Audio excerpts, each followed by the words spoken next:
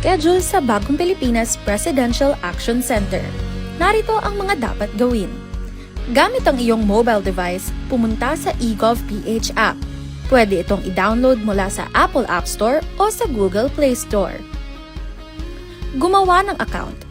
Ilagay ang email address, valid mobile number, pagkatapos ay makakatanggap ka ng one-time code sa iyong email.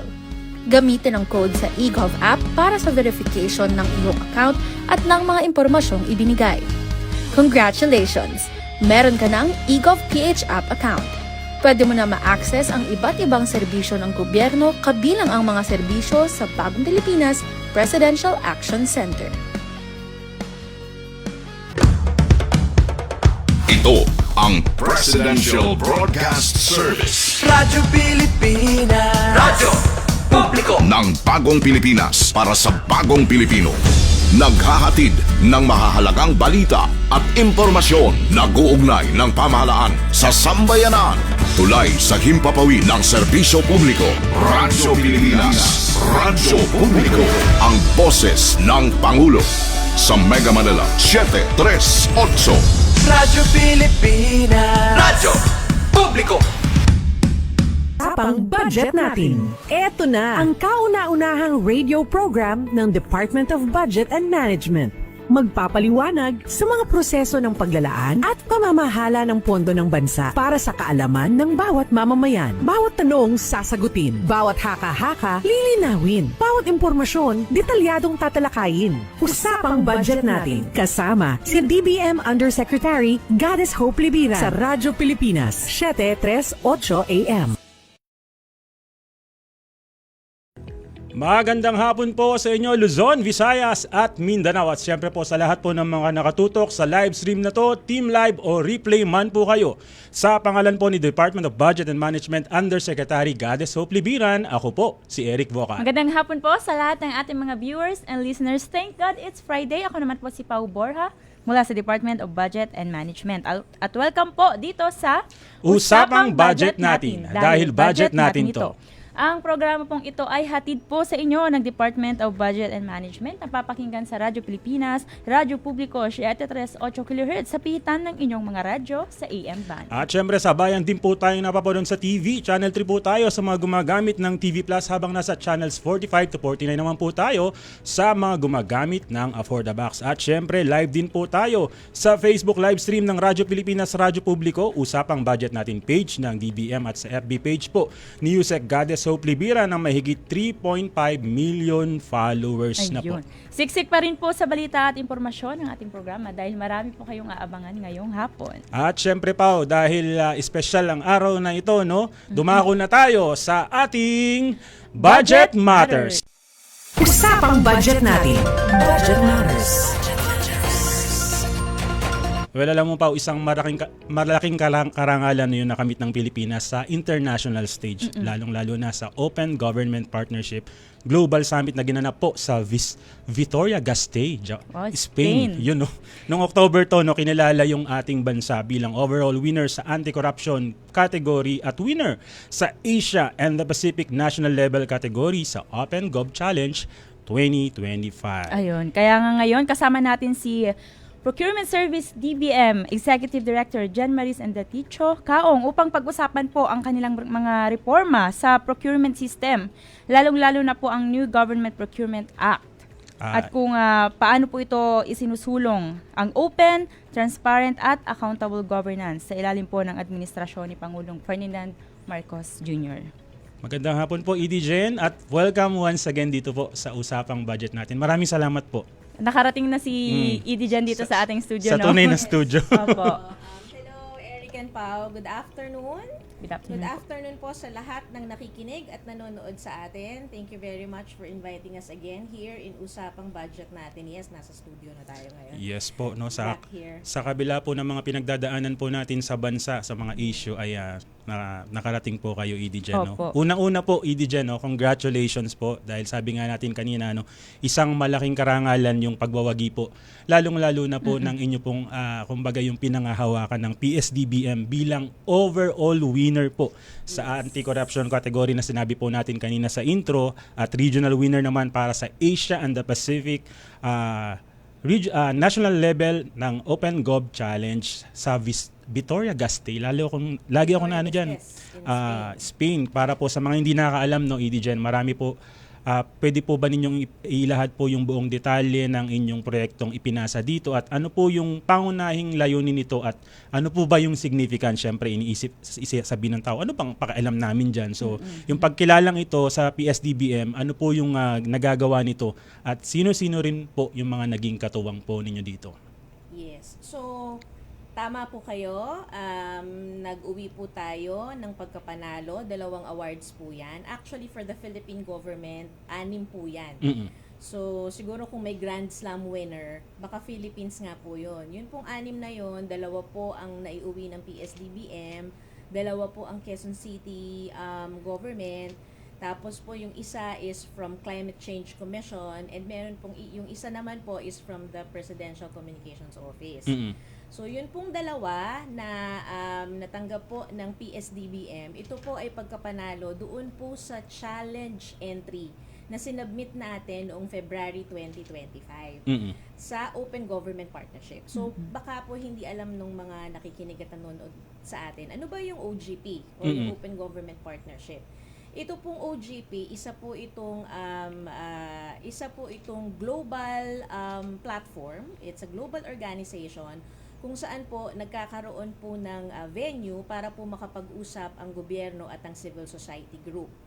They could have a dialogue to discuss global problems and to co-create solutions to address these global problems, including this perennial problem on corruption.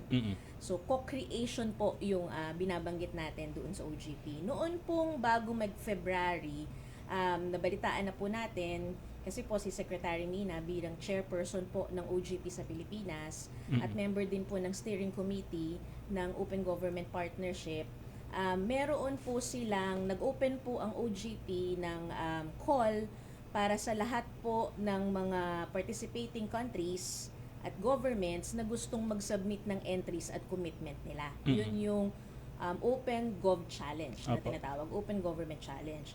So, nag-submit po tayo nung February, and when we hosted, because the Philippines hosted the Asia and the Pacific Regional Meeting in February, kung Yes babalikan po ninyo, kasi during my interview nung una, nabanggit na rin po natin yon.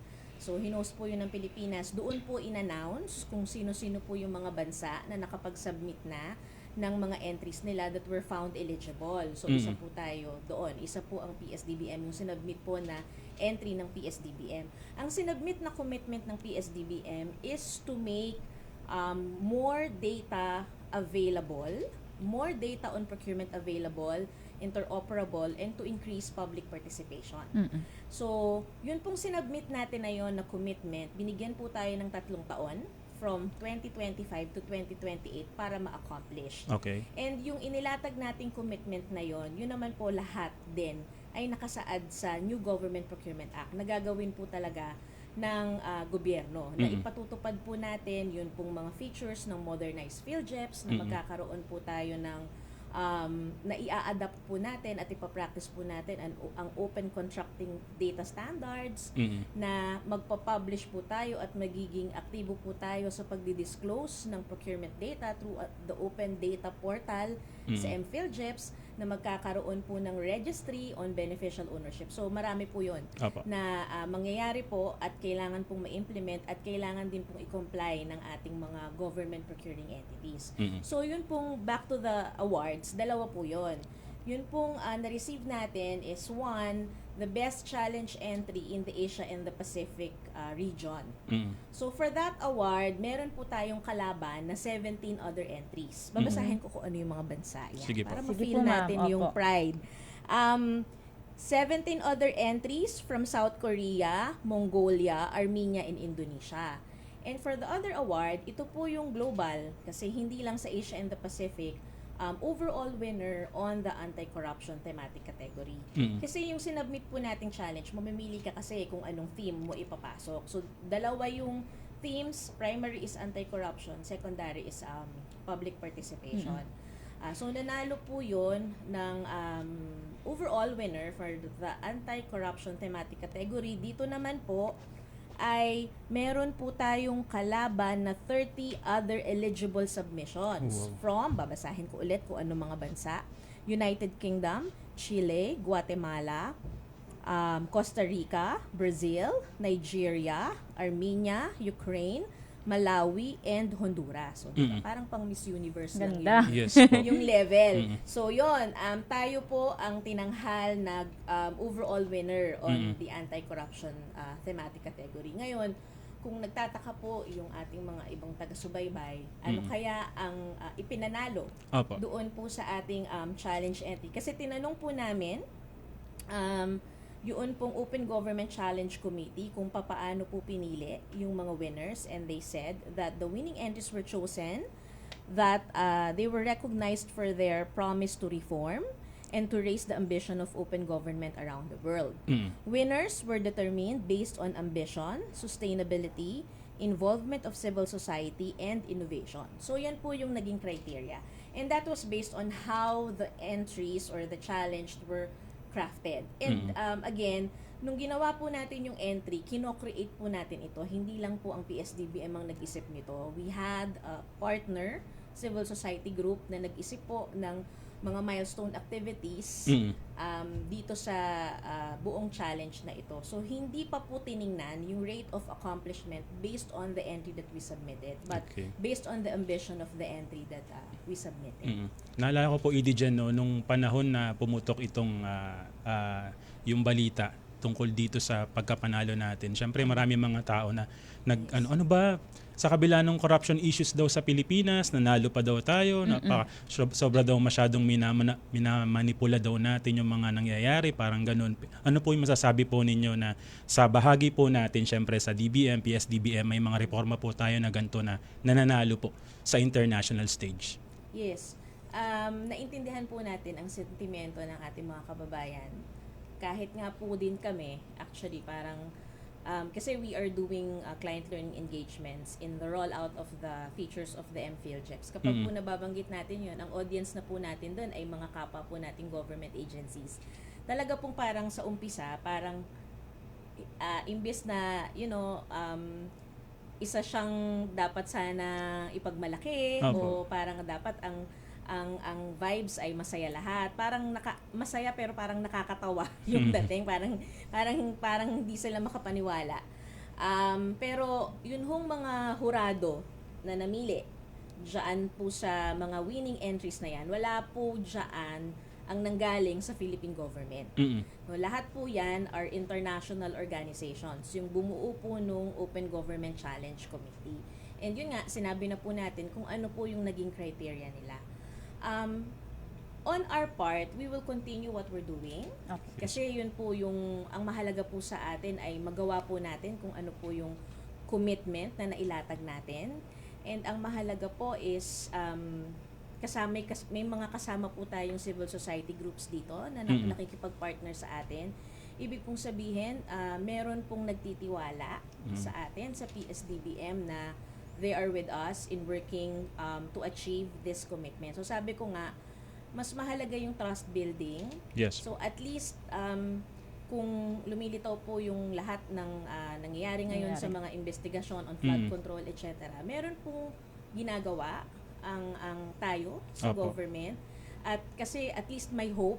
Kasi kapag po naputol yung hope, at least if there's hope, wala na. Kung walang hope, wala na, 'di ba? But yun, I think doon po nagsisimula yung trust building, and dead man na lang muna. Yes, Tuloy lang po tayo sa Dead man sa ginagawa negative. po natin. Yes po, Jen, no? Para din po sa kaalaman ng ordinaryong one. Tsaka pati na rin po sa mga procuring entities. Ano po yung mga konkretong benepisyo at epekto ng pagkapanalo pong ito ng PSDBM sa Open Gov Challenge para na rin po sa taong bayan at sa procurement stakeholders ng gobyerno? Yung konkretong benepisyo, siguro primarily, na-validate po yung halaga ng pagkakaroon ng isang procurement service, Department of Budget and Management, na umaakto po bilang isang central procuring agent para sa government agencies. Meaning yung value of generating savings for the government, and also PSDBM as the manager of the Central Electronic Portal on Government Procurement, which is the Philippine Government Electronic Procurement System. It benefits the government no, hindi lang po yung opisina, kasi po maipagpapatuloy po ng PSDBM, kasi kung napapatunayan po namin yung value, we expect na yun pong mga panawagan ng mga nakaraang taon na i-abolish ang opisina, di ba? Ngayon po napapatunayan natin yung value ng pagkakaroon ng PSDBM, na aside from it contributes to the efficiency for government procurement officers, kasi nga ginagawa na namin yung trabaho nila sa pag-procure ng common use supplies and equipment. Nakaka-generate talaga ng savings ang bulk procurement na ginagawa ng PSDBM para sa entire government. And also, dahil dito sa mga international recognition, nakikilala kasi yung ginagawa natin sa Pilipinas. Nakikilala yung ating New Government Procurement Act, yung ating legal framework on public procurement, yung ating structure on how we operate and how we do public procurement sa Pilipinas. In fact, because of these recognitions, yun pong mga multilateral development, yung mga development partners natin, nakita nila kung ano yung layunin doon sa commitment, at nagtatanong sila ngayon kung ano yung pwede nilang maitulong. Because they would like to support lahat po nung mga nakalatag doon na commitment and yung implementation natin ng New Government Procurement Act, which is very helpful for us. Opo, nabanggit niyo po yung NGPA, no? Yes. Naalala ko po, Edigen, wala po dito sa studio natin sa DBM. Yung una pong guesting nyo dito pinag-usapan po natin yung features ng NGPA, na ito po talaga yung una, sabi nga po ni Sec Mina, yung mandato niya na simula pa lamang noon gusto niya may isa katuparang yung New Government Procurement Act. At ngayon po, kung tutuusin po, ilang linggo na po ba o ilang buwan na po na kinikilala po sa, kumbaga, sa mga balita tungkol yung mga features po na pinakilala po natin. Ano po yung masasabi po ninyo na ngayon po ay kinikilala na po yung mga reforma po na ito na pinangunahan din po ni Secretary Amena at syempre ni Pangulong Bongbong Marcos? Yes. Nagpapasalamat po kami kasi talagang si Secretary Mina po ang nag-shepherd ng New Government Procurement Act. And of course, dahil inline po yan doon po sa trust ni President BBM on digitalization. So kaya po talagang naging heart ng NGPA yung modernized features ng Philippine Government Electronic Procurement System. Sa ngayon ho, actually the IRR, ang Implementing Rules and Regulations na issue lang po ng Pebrero. Ang batas ay napirmahan ng 1 taon. Pero kahit na ilang months pa lang po tayo from February 25, which was the effectivity date of the IRR, marami na po tayong nasimulan doon po sa inaasahang features dyan po sa PhilJeps, no? Yun hong e-marketplace, for example, sabi ko na po yan when I was here before. So yung e-marketplace that we were able to launch nung December, nag-start po kaming makareceive ng mga orders dyan sa e-marketplace nitong February and to date, we have rake over 800 million of sales. So that's not bad. Meron ho kaming naitalang mga around 24 million savings for the government. Tapos po, hindi na lang po motor vehicles yung nandyan ngayon. We have around 104 motor vehicles in the e-marketplace na available po sa ating mga government agencies. And then, nai-onboard na rin po namin yung airline tickets. Yun pong dalawa nating malaking airline companies. Sumali na po sila. Onboarded na po ang Philippine Airlines at ang Cebu Pacific. So, yan ho yung sa e-marketplace. Yung virtual store po, na although sa NGPA siya na-institutionalize, pero prior to the NGPA kasi, develop na po yung virtual store. Since 2018, sa Metro Manila lang po yan nakadeploy. Pero this year, na-i-deploy na po namin yan sa depots po namin in Baguio, tapos po sa Mindanao, in Butuan and Cagayan de Oro, and just 2 weeks ago sa Pampanga. So, 4 na. So, by next year, definitely, sa lahat po ng depots namin, the remaining 6 depots, we hope na ma-i-deploy po yan. And then, of course, yun pong e-bidding facility, yan. Yan po ay inaantabayanan din ng mga lawmakers natin, na fully implement na. Nag-start po ang pilot implementation yan 2021 na meron lang tayong mga around 30 plus agencies na gumagamit. But as of yesterday, sabi po sa akin ng team, 98 agencies na po yung gumagamit. That's a big increase kasi ang ginawa na po natin, kahit po may 3-year transitory period ang mga ahensya na to fully comply with the NGPA, nag-start na po tayo ng cut-off sa kanila. Na kasi dalawang versions yan. May 1.5, yan yung old, tapos itong 2.0, yan yung modernized. So kapag ka hindi mo kasi sila binigyan ng cut-off na hindi na sila pwedeng gumamit nito, hindi mo sila parang ma-force to transition and use the 2.0. So nag-start na po tayo ng first batch ng cut-off na hindi na kayo makakapag-post ng invitations to bid dito sa 1.5 noon pong October 31. That's why now we have around 98. Then tuloy-tuloy po yung cut-off hanggang sa next year. We expect that by end of the first quarter, lahat na po ng ahensya, yung sa 2.0, sa modernized PhilJobs na po yung gagamitin nila. And then the Open Data Portal, that's very, yun pong enhanced version of the Open Data Portal ay na-launch po natin just 2 weeks ago. Jen, putulin po na natin yung ating talakayan dahil magbibigay po muna tayo ng daan sa ilang paalala mula po sa Radyo Pilipinas, Radyo Publiko. Magbabalik po ang usapang budget natin. Itinuloy na po natin ang zero balance billing. Libre po. Ibig sabihin, ang serbisyo sa basic accommodation sa ating mga DOH na ospital, wala nang babayaran ang pasyente. Po, ang dami pong challenge, hindi po namin alam kung saan namin kukunin, ganon, nag-iisip kung paano namin mababayaran. Siyempre po, masayang-masaya, super saya po dahil na zero billing po kami. Opo, malaking po talaga, malaking tulong po. Mabilis lang din po. Bayad na ang bill ninyo. Uulitin ko, wala nang kailangan bayaran ng pasyente basta sa DOH Hospital dahil bayad na po ang bill ninyo. Naiyak ako kasi sobrang saya. Maraming salamat po, Mr. President Bongbong Marcos Jr. Hindi kami nagkamali ng taong ihinalal. Magandang araw, si Dingdong po ito. Familiar ka ba sa tsunami? Sige nga, quiz time tayo. Ano ang karaniwang dahilan kung bakit nagkakaroon ng tsunami? A. May lumubog na barko sa dagat. B. Biglang lumakas ang hangin sa beach. Or C. May malakas na lindol sa ilalim ng dagat. Kung C ang sagot mo, tama ka. Nagkakaroon ng tsunami kapag may malakas na paglindol sa ilalim ng dagat. Kaya kapag may tsunami warning malapit sa inyo, likas agad, kababayan. #panatag ang may alam. Maging panatag Pilipinas. Dahil sa sunod-sunod na balita ng mga lindol sa bansa, madalas naririnig natin ang mga terminong magnitude at intensity. Pero ano nga bang pagkakaiba ng dalawa? Ang magnitude ay ang sukat ng enerhiya ng lindol. Sinusukat ito gamit ang mga instrumentong seismograph. Samantala, ang intensity naman ay ang sukatan ng epekto ng lindol. Kung gaano kalakas ang naranasang pagyanig at pinsalang dulot nito sa mga tao at istruktura. Magkaibang datos, pero parehong mahalaga. Katuwang ang Radyo Pilipinas, dapat alerto publiko.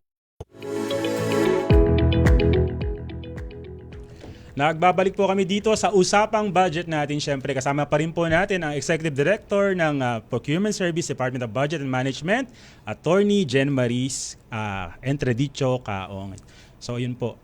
Jen, no? Yes. Nung huli pong guesting niyo uli dito, na napag-usapan po natin yung mga features po ng New Government Procurement Act. No? At syempre, isa po sa mga mahalaga ngayon na isang feature nito ay tungkol po sa beneficial ownership. Gaano po ba kahalaga yung beneficial ownership ngayon na kabilang po sa feature po ng NGPA?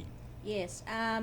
Medyo na pag-usapan na rin natin ng konti yung about beneficial ownership nun. But I think we haven't started implementing it, at least for our platinum applicants or platinum holders. Kasi po, di ba lahat po ng merchants na nagbibid sa government project, nagre-register po yan sa PhilJobs. At ini-issuehan po namin sila ng platinum certificate. So, yung platinum certificate, kapag meron ka niyan, ibig sabihin, nakapag-submit ka kay PhilJobs nung yung Class A eligibility documents. Ito yung mga lisensya na ini-issue po ng mga licensing government agencies. For example, yung single proprietor ka, yan yung DTI, DTI permit mo. Kung ikaw ay korporasyon, yan yung SEC registration mo. So, ngayon po, doon sa New Government Procurement Act at doon sa IRR nito, may naidagdag na doon na kung ikaw ay korporasyon, kailangan mag-submit ka rin kay PhilJeps para makakuha ka ng platinum nung iyong general information sheet na nagpapakita ng iyong beneficial owner information. So, yan yung BOI. Ginawa na po namin yun starting July 15. We have been requiring the applicants, those who will renew, at yun pong mga bagong aplikante na i-submit nyo yan sa amin. So kapag hindi sila nakapag-submit nun, hindi sila mai-issuehan ng platinum. Also, so starting July 15 yon, yung lahat ng nakapag-secure na ng platinum pero hindi nakapag-submit nun, we started suspending them because yun na nga, mandatory na nga yung BO information ng around September. And because of that suspension, siguro po, well, nung una, mga around 7,000 or 8,000 yung suspended eh. Pero ngayon, ang sabi sa akin ng team, mga 4,000 na lang yung suspended. So kasi nga, nagko-comply na sila na isinasubmit na nila yung beneficial ownership information nila. Itong sinasubmit nilang GIS, ito yung sinubmit nila sa SEC, Securities and Exchange Commission. So ngayon, di ba, meron ngang interconnectivity of systems na pinaplano din at yun din ay kailangang mangyari. Data sharing po between sa SEC and interconnectivity of systems between between the PhilJeps and the SEC and the DTI and a lot of agencies na naka-enumerate po doon sa section 23 ng ating batas. Pero dahil wala pa yung automated system ni SEC, ang nangyayari ngayon na binavalidate nila yung mga information kasi pinapavalidate namin sa kanila but for the purpose of publishing the registry. Kasi aside from that, yung pag-secure ng platinum, yung pag-publish noong beneficial ownership information, it is expected to be seen from the PhilJeps. So, humihingi kami ngayon ng authority from the Government Procurement Policy Board to publish it. At least yung mga nakapag-submit na. Tsaka, parang proof na rin po ito na yung mga ay legit po sila. Yes, na kasi para makita rin po ng na legit yung ating mga yung mga nagpa-participate sa procurement. Kasi kapag may Class A eligibility documents ka, pag may platinum ka, ibig sabihin nag-submit ka ng Class A eligibility documents mo. Pero syempre, kailangan pa rin yun i-validate yung mga information na yun during post-qualification ng mga bids and awards committee natin, ng mga government procuring entities. Pero at least, kapag nag-submit ka na ng information kay PhilJeps and now we are building the registry, pag nakapublish kasi yung registry, may access kasi dyan yung general public. So, yung inaabangan natin na gusto nating malaman kung sino ba talaga ang may-ari ng isang korporasyon na to. Jen, dito po pumapasok yung pwede po bang ipaliwanag natin yung wala ng palit ulo sa beneficial ownership? Oo. Totoo po yan kasi ang sinasabi po nila, well, yung mga nababasa po natin na comments na parang ang rule kasi ngayon, kailangan mong i-declare ang beneficial owner mo. So aside from the platinum certificate, during the bidding process, meron kang isasubmit na omnibus sworn statement. Yung omnibus sworn statement na yon, merong clause doon, i-declare mo kung sino yung beneficial owner mo. Ngayon, pag dineclare mo yung beneficial owner mo na nandun, tapos nalaman ng procuring entity na yung palang totoo mong may-ari, ay kamag-anak ng aming Bids and Awards Committee Chair o lahat, any of the back members, ng head of the procuring entity, ng aming technical working group, kahit ng aming consultant, disqualified ka. So, hindi ka pwedeng sumali. Lahat pati ng mga kumpanya kung saan ikaw ang beneficial owner at kung sila din ay magsasubmit ng bid, syempre lahat kayo disqualified. Hindi kayo pwedeng maglaban-laban dahil in essence, isa lang ang may-ari sa inyo. So, ngayon, ang sinasabi nila, magpapalit lang yan ng pangalan. Diba? So, pagka kasi mali ang dineclare mo na beneficial owner, meron ding parusa yon kasi mabablacklist ka. Hindi ka lang madidisqualify for that particular bid opportunity, mabablacklist ka din. So, doon din pumapasok ngayon na kung meron kang registry that is accessible by the public, marami kang katulong mag-imbestiga. Hindi lang ikaw. Kunyari, kung ayaw ng government procuring entity na nagpapabid na syempre 'di ba parang kunyari lang, 'di ba? Opo. Na meron palang kasabwat doon sa kanila. Hindi sila mag-i-initiate na imbestigahan nila yung sarili nila, syempre, 'di ba? Pero marami tayong katulong na pwedeng makakita at pwedeng makapag-report. Yan nga yung mga civil society partners natin, our researchers, our journalists, and the general public. Dahil ngayon nakikita na nila yung registry is accessible by the public. Ayun nga po. Itijan, ano naman po yung mga kasalukuyang ginagawa po ng PSDBM para po palakasin palalo yung pakikipagtulungan po ng PSDBM sa ating mga civil society organizations, media, pati na rin po yung mga lokal na pamahalaan pagdating po sa mga open government or open procurement initiatives at pagmo-monitor po ng mga transaction. Yes. Yung nasabi ko nga kanina, the entry or the commitment that we submitted to the OGP was co-created with our civil society partner. Si WeSolve Foundation and si Open Contracting Partnership. Open Contracting Partnership is an international civil society organization na tumutulong din sa atin since 2023 through the LIFT project. I think na-discuss ko na rin yun during my first guesting here. Yes po. So ngayon, isa doon sa milestone activity noong challenge entry that we submitted was to have a research and monitoring agenda, yung ating CSOs. Yan. So ngayon, meron silang network of CSOs na pwede nating itap na makakatulong natin na tingnan kung meron ba o ano ba ang impact nitong pag-i-implement ngayon ng mga bagong features ng New Government Procurement Act. Kasama dyan yung ginagawa natin ng mga modernized features ng PhilJeps at yung ginagawa ng PSDBM as a central procuring agency. Opo. Titingnan natin yon kasi yun yung nakalatag na gagawin natin for 3 years with our civil society partners. And dito sa Open Data Portal, before we launch the enhanced, yung focus group discussions that we did, kasama sila. Kasama yung CSOs, kasama yung LGUs. Kasama yung sub-journalists actually. Yes, kasama yung mga government procuring entities. Kasama din yung mga ilan nating mga merchants na tinanong namin sa PSDBM at ng PhilJeps kung ano yung nakikita nilang magandang ipakita sa open data portal na i-maintain kung saan magkakaroon ng access ang publiko. And also with the local government units, tuloy-tuloy kasi yung rollout namin, yung mga client learning engagements. Lalo na ngayon, kasi ngayon lang naging mandatory yung procurement ng common use supplies and equipment kay PSDBM insofar as LGUs are concerned. So kaya marami sa kanila hindi pa alam yung proseso, paano bumili kay PSDBM at hindi rin sila aware pa, hindi pa sila gumagamit ng PhilJeps. So dito na po pumasok yung PSDBM on wheels, no? Yung sinasabi nyo sa Batangas, Pangasinan, Quezon Province at kamakailan lamang po yung sa Pasig. Ano po ba yung layunin po ng PAW po ba o POW? At kumusta po yung naging takbo po ng pag-iikot po ninyo? At saan pa pong mga probinsya nyo i-launch to? Yes. Actually, we were supposed to have a PS on Wheels 2 weeks ago or was it last week sa Pasig City po. Opo. Kaya lang nga binagyo po tayo. Opo. So hindi po natuloy yun, but we are still coordinating with the Pasig City LGU sa pamumuno po yan ni Mayor Vico. We were very thankful na pumayag po silang makipag-partner sa atin for this leg of PS on Wheels kasi normally yung PS on Wheels natin dahil ang main office po ng PSDBM ay nasa Manila, hindi dito. So out of Manila, doon sa mga lugar na wala kaming malapit na depot.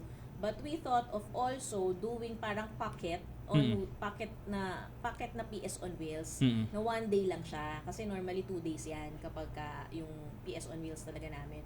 So pumayag sila kasi may kasabay kasi din yun na CLE, Client Learning Engagement, kung saan yun pong mga procurement officers nila sa Pasig City LGU at saka siguro yung mga nasasakupan nilang barangay, sila po yung participants doon. So ibigay po natin, libre naman kasi yung CLE namin. So it's a 1-day training on the features of the PhilJeps and the procurement of CSE from PSDBM.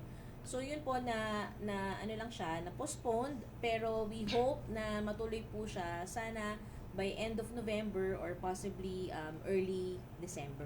Yung PS on Wheels, katulad ng sinabi ko dati, ang layunin kasi nito ay ihatid yung mga common use supplies and equipment, ng abot kamay lang nila kasi kung malalayo nga sila dun sa aming pinakamalapit na regional depot or LGU depot, so hindi sila makabili. Opo. So ilapit sa kanila mismo yung ating mga CSE. Diyan para lang din po sa kaalaman ng lahat, ano po yung mga halimbawa ng mga pwedeng i-purchase ng government dito sa PS on Wheels? Pwede nilang i-purchase lahat po ng available naming mga common use supplies and equipment items. Halimbawa po, yun pong the usual, the regular supplies, yan po yung papel, yun pong mga sign pen, yun pong mga paper products, yun pong mga cleaning products kasi alcohol, yun pong meron kaming yung mga rugs, mga panglinis. Meron din po kaming electric fan, yung para tayong nagbebenta na dito. Sabi natin yung mga nabibili. Pero dun sa e-marketplace, yun nga, andyan yung mga motor vehicles and andyan yung airline tickets. Para nagpo-promote ng mga anong available sa tindahan. At nakakatuwa din po kasi 'di ba sabi niyo nga po natutuwa kayo dahil nakiisa po si Mayor Vico, lalong-lalo na syempre isa po sa mga advocacy po niya syempre yung open governance. So ano po ba yung mga natutunan po mahalagang aral po na natutunan po ng PSDBM sa kumbaga pagpapatupad po ng open governance initiatives po? Yes. Si Mayor Vico kasi is kasama doon sa mayors natin for good governance, 'di ba? And si Mayor Belmonte, na sinabi ko nga kanina, yung Quezon City LGU po is an awardee doon sa Open Government Partnership. So si Quezon City ano din natin siya, suki din natin siya no sa mga bumibili po sa PSDBM. Ang natutunan po natin, mahalaga yung open government initiatives. Kasi po, diyan ay isa yan sa paraan na, katulad ng nasabi ko nga kanina, isa sa paraan yan na naipapakita natin po sa mga partner nating civil society groups at sa general public na wala po tayong tinatago. Kasi if you're open, nagsimula ho yan kasi 'di ba naalala nyo nga nung sinabi natin yung istorya ng PSDBM, when we came in 2022, 'di ba, maraming calls for abolition, tapos kabila po yung investigasyon. So ibig sabihin parang nandun po yung pagdududa sa kung kailangan pa bang i-maintain ang opisinang ito at lahat po ng mga taong nandyan sa opisinang yan. But when we started doing these reform initiatives, including rekindling partnership with civil society groups, dahil sila rin po yung maaring sila yung mamuna, pero sila rin po yung makapagsasabi kung dapat na namin kayong pagkatiwalaan. Kasi seryoso po kayo sa inyong mga reform projects and reform initiatives. So yun po yung maganda doon. Kasi if you're open, wala tayong tinatago, we can start the trust building process. Naalala ko nung outtaking nyo, nandun ako. Ako yung nag-photographer na. Bilang pagtatapos Jensen, sayang yung oras natin, Sir Eric. Pero ano na lang po yung mga programa or advocacies or malalaking proyekto pa po ng PSDBM na dapat mong abangan ng publiko at saka ng procuring entities na sa mga susunod na buwan bilang pagpapatuloy po sa inyong reforma? Yes. Unang-una po, dadamihan po natin yung available na items sa e-marketplace. Kasi nakita na po natin yung benefits niya. Not only yung savings, but yung administrative efficiency na naidudulot niya. So marami pong mga ahensya ngayon, gustong-gusto na nilang, excited silang bumili. Kasi ngayon, lumalabas ngayon yung mga vehicle requirements nila. Kasi madali nang bumili. At tipid po. Oo, at tipid. Dati parang nakakatamad mag-procure kasi maghihintay ka ng ganitong katagal. 3 months pala, dati 3 months. Yung iba actually 6 to 8 months, ganyan. Kasi including delivery, ganun daw po katagal. Ngayon, 1 week na lang. Oo, ngayon, earliest namin may 1 week, nung mga unang buwan, tapos may 2 weeks, ganyan. So, mabilis talaga. So, madadagdagan po yung mga items sa e-marketplace. And yun nga yung sinabi ko kanina, hopefully by next year, lahat tayo naka-shift na into using the e-bidding facility. Kasi mas marami pong procurement data na magiging available doon sa open data natin.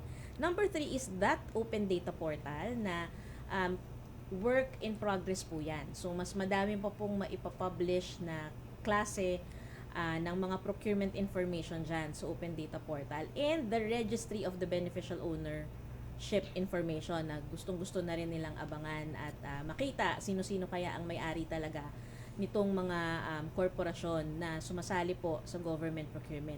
So tuloy-tuloy din po yung PS on Wheels natin.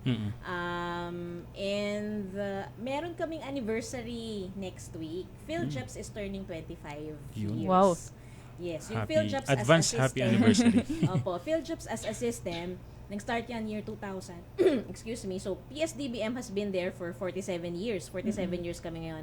Pero nag-start po yung system, yung PhilJeps 2000. And since it started, si PS po ang nagmamanage sa system. So, yeah. Yun, maraming salamat po. Thank you so much, ED Jen. Executive Director po ng PSDBM, Attorney Jen Maris Entredicho Kaong. So, dyan lamang po kayo, no? Baka may shoutout pa po kayo. Sabay-sabay na tayo po. Hello to all our employees and colleagues in PSDBM and in DBM. And of course to my family, si Daddy Bong, my very cute daughter, si Chloe. Ayan, sa mga kapatid at mga nanay ko po, yung mother-in-law ko at saka yung mami ko, yan. Wag niyo nang ikat si ED Jen, magbabati din kami. Siyempre, batiin din po natin ang belated happy birthday sa mga kasamahan po natin, Pao, no? Sa Office of Yusek Goddess Hope Libiran at siyempre sa Community Relations Office, G. Datoy, Miss G. Happy birthday, Maki belated. De Vera at advance happy birthday. Na rin pala, hindi pala birthday niya ngayon Ngayon pala. ang birthday niya. Ayan, ni Santa Santa baby. Priya. Ayan, Santa Prias. Santa Ayan. Prias. Happy Ayun. birthday and Merry Christmas. Santa kasi yung pangalan niya. Oo no? nga eh. Hindi bagay sa kanyang pangalan. Ay talaga. Char. Yan. Lagot ka, no? Sabay-sabay tayong mag-extra na tayo. At dyan po nagtatapos ang usapang budget natin. Tiyak po, may napulot kayong aral at bagong mga kalaman na tinampok namin dito sa aming programa. Samahan po nyo kami next week. Dito pa rin sa impila ng Radyo Pilipinas, napapanood din sa TV at syempre via Facebook Live po ng Radyo Pilipinas at Usapang Budget nating page ng DBM at syempre po sa Facebook page ni DBM Undersecretary Goddess Hope Libiran. May 3.5 million followers na. Antabayanan po ninyo ang susunod na programa, ang Salam Radio. Muli, sa ngalan po ni DBM Undersecretary Goddess Hope Libiran, ako po si Eric Boca. Ako naman po si Pao Borja ng Department of Budget and Management. See you next week, same time, alas 5 ng hapon hanggang alas 6 ng gabi. Ito ang Usapang Budget natin. Dahil budget natin to. Parang sabay tayo. Meron kasi yan dito lamang po sa inyong favorite Friday habit. Ito po ang Usapang Budget natin. Dahil budget natin to. Thank you po.